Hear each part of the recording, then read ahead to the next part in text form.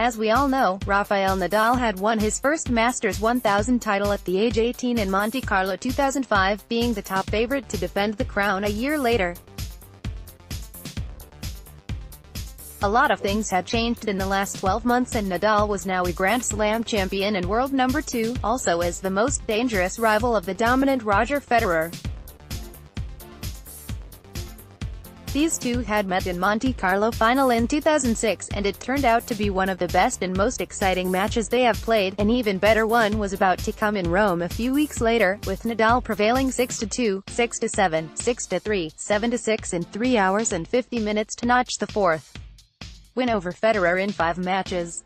Roger gave his best to topple his young rival, creating 18 breakpoints but converting only 4 of those, also missing a chance to at least send the match into a decider and make this final even more memorable, in what was the last ever best-of-5 won in the Principality. Rafa had the edge in the crucial moments, breaking Roger's serve on 7 occasions from 14 breakpoints he battled for and sealed the deal in the 4th set tie-break to avoid further struggle and a potential surprise in the decider. The Swiss had the upper hand in the shortest points, but that wasn't enough to carry him over the finish line, with Nadal reigning in the mid-range in most extended exchanges on the slow Monte Carlo clay to earn the triumph and defend the title. The Spaniard kicked off the match with a break when Roger hit a double fault and increased the lead to 3-0 after a weak backhand from the Swiss, who was yet to find his shots. Nadal had to save 2 breakpoints in Game 4 and keep his serve intact, moving 4-0 ahead after another unforced error from Roger. From a breakpoint down, Federer finally held in Game 5 with a forehand winner to get his name on the scoreboard and saved a set point in Game 7 thanks to another forehand winner.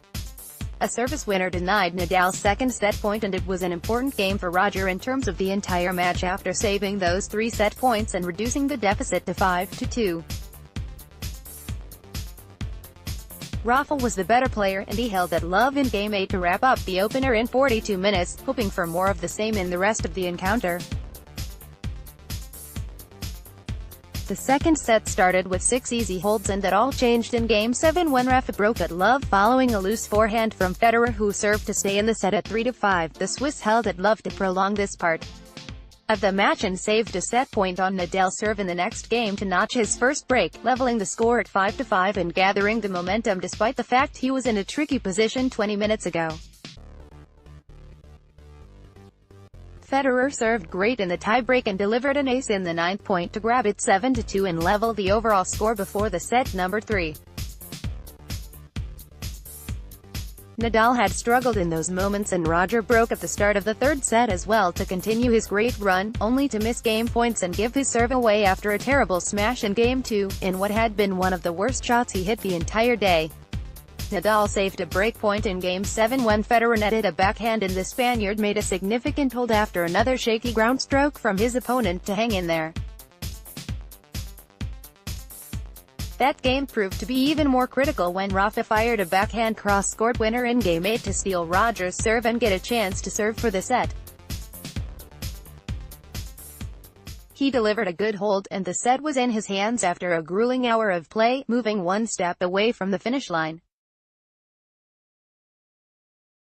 Federer lost the ground in the last 10 minutes and got broken again at the start of the 4th set when his forehand landed miles away from the court, allowing his rival to control the pace and the scoreboard.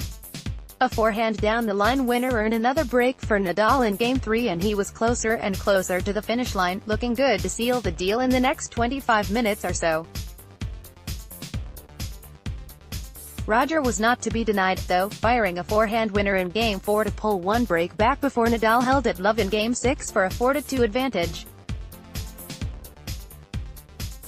The match was still pretty much on when the Swiss broke back at 3-4, leveling the score and giving the crowd something to cheer about, as they certainly wanted to see more of these two. Serving to stay in the set at 4-5, Nadal held at love, and that was very important for him after wasting his lead earlier in the set, determined to secure the win before the decider. He set up the tie-break after an excellent service game at 5-6, although it was Roger who opened up a 3-0 and 4-2 lead in the breaker, giving his best to prevail and extend his chances to lift the trophy he was missing. Smash winner from Nadal made the result even at 4-4, and another mini-break was just around the corner when Roger's routine forehand could have only found the net. An amazing backhand down the line winner gave Rafa the first match point at 5-5, painting a forehand winner to seal the deal and defend the title he won 12 months ago, continuing his dominance over the world No. 1 even before turning 20. Let's block ads. Why?